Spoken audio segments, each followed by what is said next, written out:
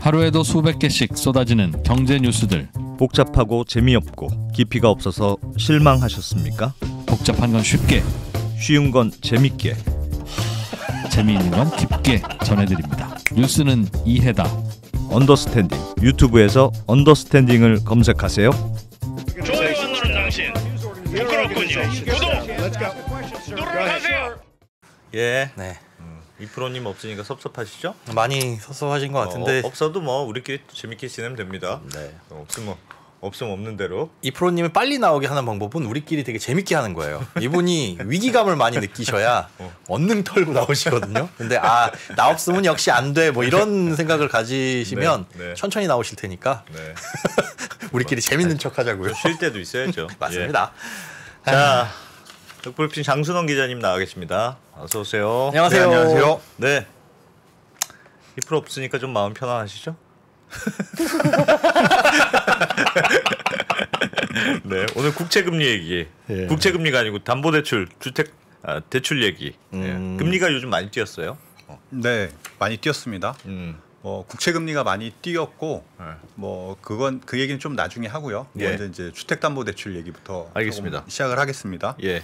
그 시중은행의 주택담보대출 그 고정형 있죠. 이게 예. 이제 지금 얼마 전까지 한 4에서 5% 사이에서 움직였는데 오늘 이제 우리은행에서 주택담보대출 금리를 하나 고시를 했는데 예. 그 이제 높은 상단이 6%대를 찍었어요. 예. 6.01%를 찍어서 오늘 좀 이게 주택담보대출 6%요? 금리가 상당히 많이 올랐구나. 네. 이런 이제 느낌을 확 받으셨을 거예요. 예. 그래프를 하나 먼저 보여드릴게요. 네. 지금 이제 주택담보대출 금리 표를 잠깐만 보여주시겠어요? 예.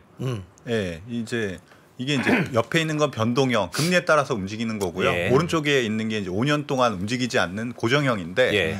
아까 보여드렸듯이 4에서 한 6%. 제일 낮은 게 4네요, 그러면. 네, 지금 가장 낮은 것도 4%는 넘은 거죠. 와. 주택담보대출 같은 경우에는 이게 뭐 레인지가 저렇게 정해져 있지만 좀 낮은 쪽에 하단에 많이 몰려 있잖아요. 예. 그 주택을 담보로 하니까. 예. 근데 저걸로 봐서 지금 평균 금리는 한 4% 초중반에 예. 가깝지 않겠나. 네. 그렇더라도 이제 상단에 있는 게 6%를 찍었다는 게 상당히 이제 큰 이제 임팩트가 있는 거죠. 예. 그래도 6% 받는 사람이 뭐 얼마나 있겠어요. 거의 없죠. 예. 하지만 이제 레인지는 이제 계속 올라가는 거니까. 어쨌든 최고 네. 금리 6%까지 네. 나왔다. 금리가 많이 올랐구나는 걸 체감할 수 있는 가장 예. 결정적인 건데 사실 6%대 상단이라고 해도 6%대를 찍은 거 거의 10여 년 만이에요. 그만큼 많이 올라와 있다. 숫자가 나온 게 그렇죠. 6% 저 숫자가 진짜 나온 게. 생소하기는 해요. 그럼요. 6이라는 숫자가 와. 저도 뭐 한 2년 전에 주택담보대출 받을 때는 네. 2%대가 뭐 거의 대부분이었거든요. 예. 집이 있으시군요. 집이 있으시군요. 에이, 나네. 네. 네, 뭐 제 건 아니고 거의 은행 거죠. 네. 네. 근데 진짜 많이 올랐네요. 6%면. 네. 이게 근데 우리은행만 이런 게 아니라 이제 다른 은행들도 네, 맞아요. 따라가죠. 다른 은행들도 거의 뭐 4에서 5%대인데 조금밖에 차이가 안 나거든요. 뭐 네. 0.2, 3%. 그러니까 시간이 좀 지나면 아마 이제 6%대 금리를 보시게 될 거고. 예.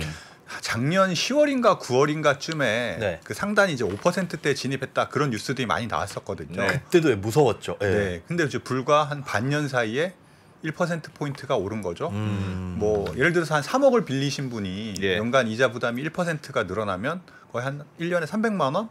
한 그러네요. 달에 뭐 20만 원에서 30만 원 정도 부담이 커지는 거죠. 꽤 큰 예. 건데 네. 물론 고정형이라서 그 전에 빌리신 분들은 해당이 안 되고 없고 네. 새롭게 빌리시는 새롭게 분들. 빌리실 분들은 조금 더 높은 금리를 이제 내셔야 되는 거죠. 예. 그러면 주택담보대출은 그렇고 변동형도 많이 올랐겠죠. 뭐 이것도 당연히. 네, 아까 보여드렸듯이 조금 올랐어요. 한 예. 3.4에서 한 5.2 정도 되고요. 예. 뭐 대출이 아주 대표적인 게 신용대출이잖아요. 네. 신용대출도 꽤 많이 올랐어요. 한 1년 사이에 거의 그렇더라고요. 뭐 1.2% 정도 올랐으니까. 예. 예. 신용대출 같은 경우에는 이제 연동하는 금리가 뭐 6개월마다 한 번씩 바뀌는 경우도 있고 1년에 한 번씩 바뀌는 경우도 있고 뭐 짧으면 석 달도 있을 거예요. 네. 예.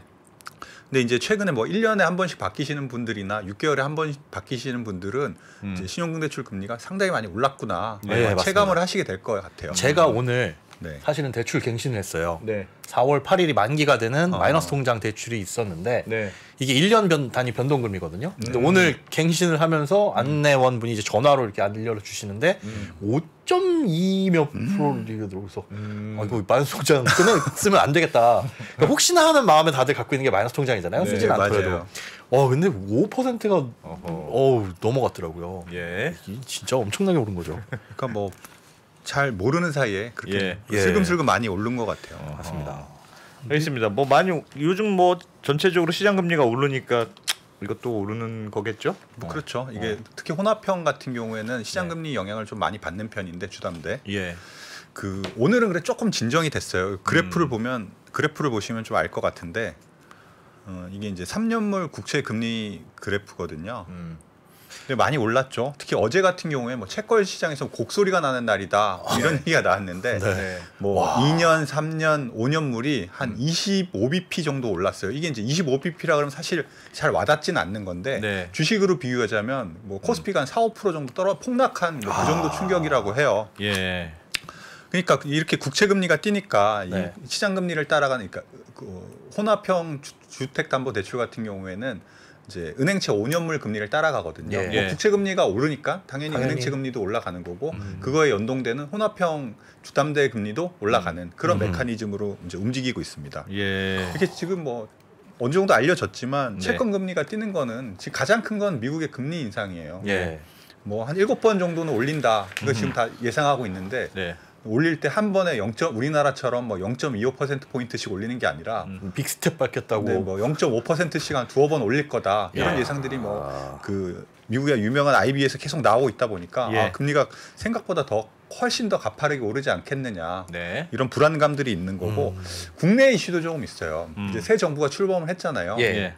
새 정부가 출범한 다음에 소상공인 코로나에 피해를 입은 소상공인들을 뭐 지원하기 위해서 이제 추경을 준비를 하고 있지 않습니까? 네. 예. 뭐 가장 우선적으로는 세수를 구조조정해서 지출을 구조조정해서 뭐 좀 쓰겠다, 예. 추경을 하겠다라고 해도 일정 부분은 적자 국채를 발행할 수밖에 없는 구조일 것 같고 예. 그렇죠. 국채가 시장에 쏟아져 나오면 그 물량이 많아지니까 아무래도 네. 채권 가격 떨어지고 금리 올라가고 가격은 금리랑 반대로 움직이니까 그런 모양새가 될 겁니다. 예. 그런 것들이 지금 이제 시장 금리에 영향을 많이 주고 있습니다. 그럼 은행 대출도 좀 줄어들고 있나요? 이게 참 공교롭게도 네. 지난 연말부터 대출을 엄청나게 쪼였잖아요. 쪼였잖아요. 쪼였죠. 근데 그 12월부터 대출이 늘어나지가 않고 있어요. 그러니까 뭐 지금 3월까지 보통 1분기에 은행들이 영업 드라이브를 많이 걸잖아요. 그렇죠. 예. 작년에 못했던 거 뭐 이제 1, 2월에 해야지 좀 줄어들 했는데. 수 있지만 3월까지 분기별로 이렇게 줄어드는 경우가 많지는 않은데 올해는 꽤 특이하게 이렇게 지금 1, 2, 3월 은행권 대출이 줄어들고 있는 모습이거든요. 심지어 주택담보대출이 줄었더라고요. 주택담보대출 같은 경우에도 뭐 이렇게 여러 가지 그 대출이 줄어드는데 여러 가지 뭐 해석이 네. 있죠. 네. 말씀드린 대로 이 저기 금리가 워낙 뛰다 보니까 금리 뭐 높으니까. 신용대출 같은 경우에 거의 뭐 1조씩 줄어들고 있어요. 예. 근데 또 이게 워낙 덩치가 큰 게 주담대잖아요. 네. 말씀드렸듯이 주담대 금리도 올랐기 때문에 어느 정도 영향 불가피할 것 같고 그거와 함께 이제 그 거래 자체가 엄청 뜸해진 것 같아요. 지금 현재로서 주택거래 자체가. 네, 주택 거래가 아무래도 뜸해지다 보면 네. 대출도 자연스럽게 줄 수밖에 없잖아요. 네네. 오늘 그 어떤 한 부동산 정보업체에서 발표한 게 서울 아파트 거래량이 786건밖에 안 된대요. 언제요? 한 달 동안? 이달. 그러니까 이번 지난달 2월 달에 지난달? 아. 거래된 게 아니 그러니까 그때는 800건이 안 된다고 해요. 아니 그때는 대선 전이잖아요. 대선 전이니까 일단 어떻게 되는지 좀 아. 지켜보고 하자. 그러니까 그 수치가 거의 이제 1년 전과 비교하면 80% 이상 급감한 거니까 네. 어마어마하게 줄어들었다는 걸 체감하실 텐데 네. 주택 거래가 안 되다 보니까 당연히 당연히 주담대도 대출. 안 되고 그다음에 이제 그 임대차 3법 때문에 전월세 거래도 많이 줄었잖아요. 아하. 그러니까 이동도 하기 힘들잖아요. 맞습니다. 예. 이게 통계에 나오는 게 그 주담대가 그 전월세, 전세자금 대출까지도 주담대로 그냥 포함시키더라고요. 전세자금 대출도 상당히 많이 포함돼 있는데 이런 거래 자체가 뜸해지다 보니까 좀 줄었고 예. 네. 그 요번에 이제 DSR이 새로 도입됐잖아요. 아, 그러니까 네. 새로 그런 도입된 것도 건 있고. 아니죠. 차주별 DSR이 이제 2단계로 강화가 돼서 그 총 대출액이 2억 원을 넘어가면 이 DSR 그 차주별로 40% 이내로 묶게끔 돼 있잖아요. 예. 그런 새로운 규제들이 이제 이제 새로 시작을 하면서 네. 이 전반적인 대출이 이런 효과들이 맞물려서 많이 줄었다라는 해석이 나오고 있습니다. 지금 은행들 대출 규제는 어떻게 하고 있어요? 지금은? 은행은 지금까지는 이제 총량 규제를 했잖아요. 네. 뭐 올해 대출 증가 총 그 규모가 한 4에서 5% 작년보다 4에서 5% 이상은 늘어나지 않도록 규제를 했는데 오히려 줄었으니 줄고 뭐. 있어요. 그리고 줄었으니까 총량 규제라는 게 사실상 의미가 없어졌고 없죠. 이제 새로 이제 출범할 정부도 그런 네. 식으로 좀 무리하게 규제하는 건 좀 맞지 않다. 그렇죠. 지금 은행권 자율에 좀 맡기는 방향으로 지금 논의가 좀 되고 있고요. 그래서 은행들은 많이 대출을 해주고 싶은데 아직까지는 막 늘어나지는 않고 있다. 지금 근데 대출 한도 많이 풀고 있어요. 네. 이게 작년 11월 정도에는 농협은 아예 뭐 주담대 스탑했었고 네. 신용대출도 뭐 5천으로 확 줄이고 이랬는데 네. 이제 뭐 2억까지 한도 늘리고 근데 사람들이 안 빌리죠. 비싸니까. 비싸니까 안 빌리고 뭐 있는데 금리도 많이 오르고 또 주담대 같은 경우는 거래를 해야지 필요가 생기잖아요. 네. 그러다 보니까 지금 안 하니까 은행들이 사실 비상이 걸린 상황이에요. 표를 하나 보여드릴게요. 예. 지금 뭐 몇 달 전까지만 해도 뭐 마이너스 통장 한도 줄이고 전세 대출은 어렵게 해서 거의 잘 안 빌려주고 예. 야, 뭐 이렇게 3억까지 됐는데 돼? 뭐 지금 저런 상황입니다. 지금 뭐 은행별로 한도를 최대 3억까지 올리고요. 와. 아, 근데 직장인 신용대출도 뭐 연봉 한도에서는 뭐 거의 풀리 물론 연봉 한도라는 그게 있지만 네네. 연봉 한도 안에서 많이 빌려주고 있고 전세 대출 같은 경우에도 예전에 증액된 부분만 맞아요, 빌려줬었잖아요. 맞아요. 네. 근데 그거 풀었어요. 그러니까 이제 그 어느 정도 이제 준비는 다 돼 있는데 예. 이제 수요가 살아나면 가계 대출이 상당히 뭐 빨리 살아날 수도 있는 그런 그 상황이 되긴 했는데 수요 자체가 많이 줄었고 네. 또 금리에 대한 부담도 좀 있어서 이게 어떻게 될지는 좀 지켜봐야 되겠죠. 실제로 이제 가계 대출 증가세로 이어질지는. 오기만 하면 빌려주겠다는 그런 분위기고. 네. 지금 준비는 다 돼 있습니다. 장사할 준비는 다 해놨는데 네. 너무 비싸서 못 사고 있고. 너무 높다. 근데 6%는 진짜 오랜만에 보는 시장 진짜. 같네. 얼마 전까지는 5%다 그래도 5%? 막 이랬던 것 같은데. 지금 실제로 빌리시는 분은 뭐 4%대이긴 하실 텐데 네, 뭐 그게 대부분. 이제 뭐 네. 1년 전보다 많이 오르고 또 지금 그 국채 금리가 오르고 있잖아요. 그 예. 추세가 지금 끝날 게 아니잖아요. 네. 앞으로 이제 미국이 뭐 7차례 더 올리고 한국은행도 금리를 따라 올릴 수밖에 없을 텐데 그러다 보면 은행채 금리도 오를 테고 예. 그거에 연동되는 뭐 시장 금리에 연동되는 사실 금융 상품이라는 게 다 시장 금리에 연동되는 게 그렇죠. 아닙니까? 네. 그러니까 앞으로 계속 올라갈 테니까 예. 그런 금리 부담을 짊어지고서 대출을 일으킬 만한 수요가 얼마나 있겠느냐라고 생각해 보면 그건 좀 생각을 해봐야 될 부분이죠.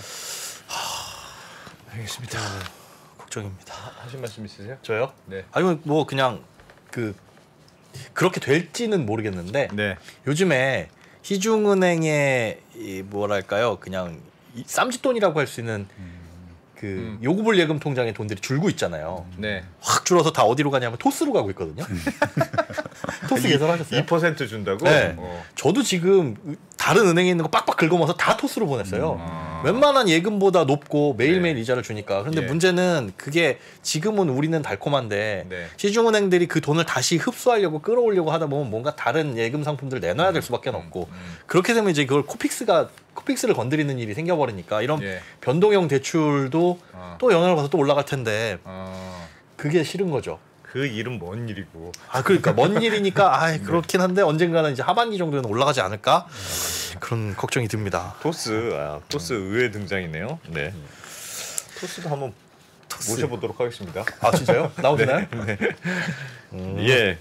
러시아 루브라 얘기도 좀 해보죠. 예. 근데 오늘 외신에 있는 건데 하나 간략하게 이제 소개를 해드릴게요. 네. 예. 그래프를 화면을 잠깐 보여주시면 이제 여기 오늘 나온 기사는 이제 G7이 러시아가 이제 에너지를 루브라로 결제하라는 걸 거부했다 뭐 이런 내용인데요. 네. 지난 23일인가 푸틴이 이제 비우호국 그러니까 자기 러시아를 제재하는 나라들은 네. 가스를 살 때 루브라로 결제하라. 우리도 비우호국인데. 네, 저희도 그죠. 비우호국이죠. 예.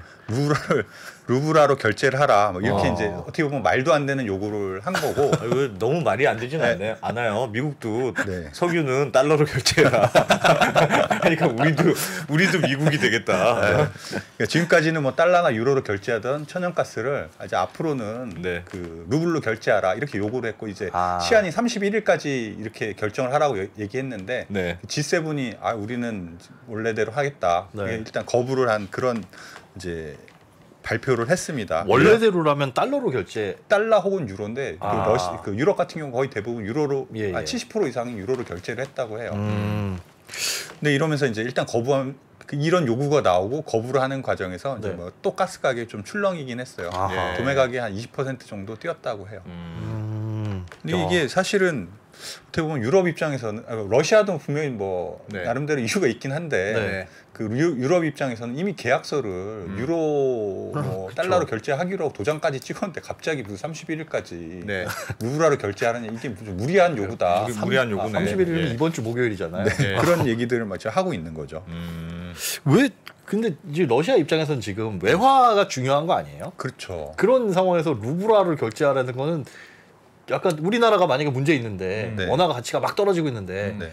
달러가 부족한데 그러면 뭔가 다 달러로 결제하고 달러가 들어와야 기분이 좋을 것 같은데 원화를 쓰세요라고 하는 이유는 뭐예요? 그러니까 루블화를 자기네들이 쓰세요.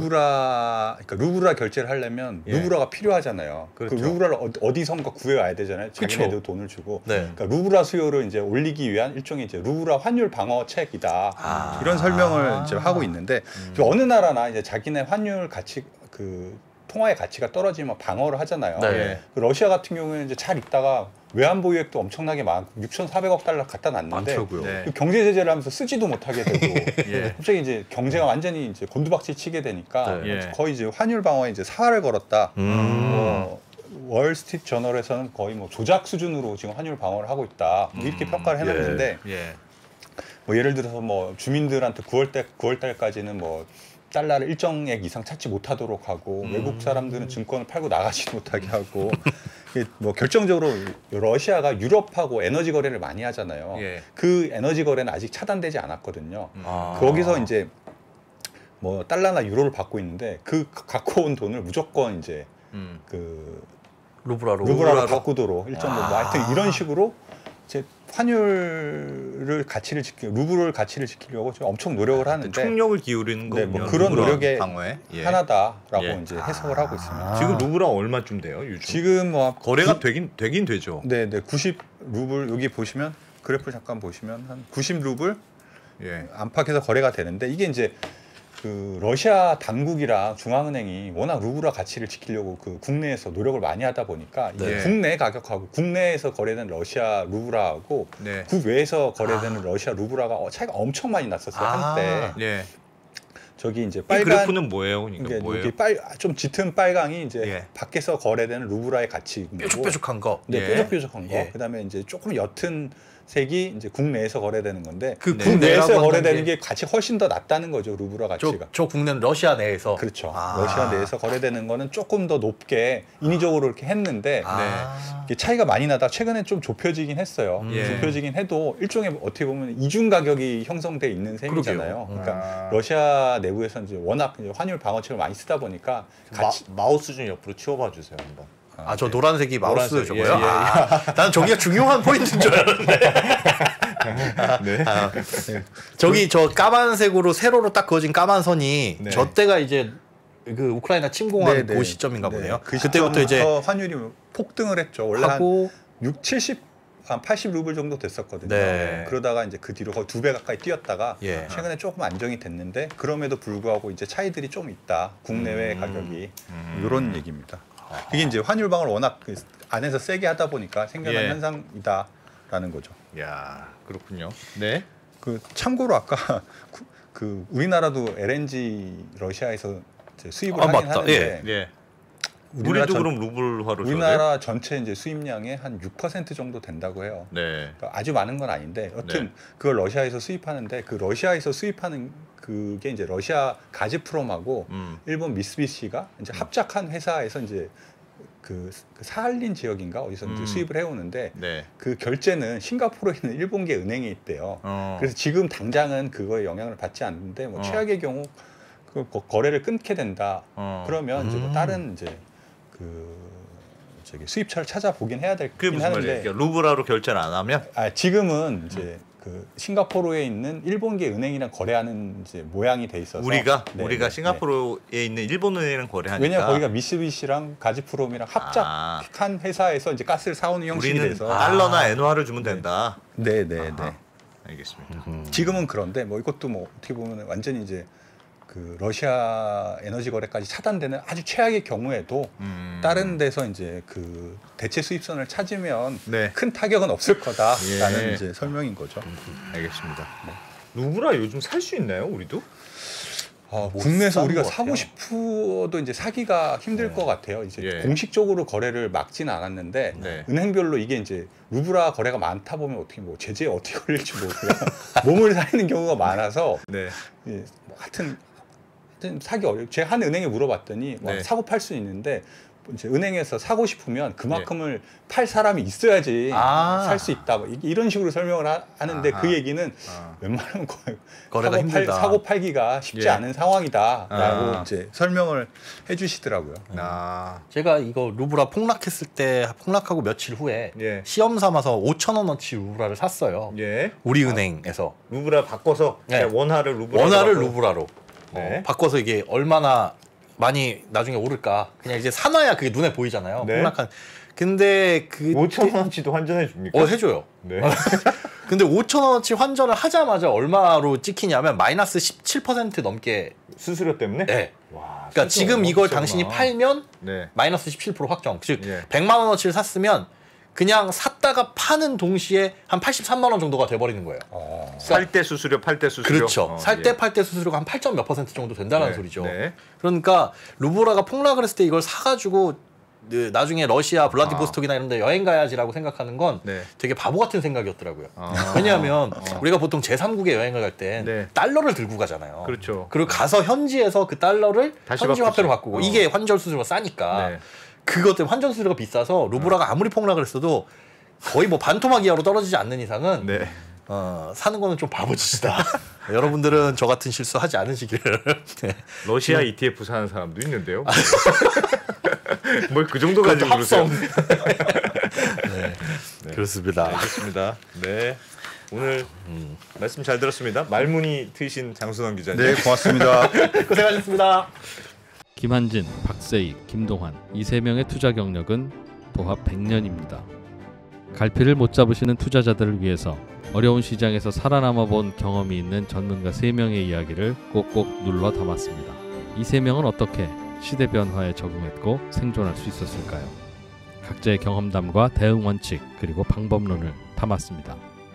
변화와 생존에서 3명의 이야기를 들어보세요.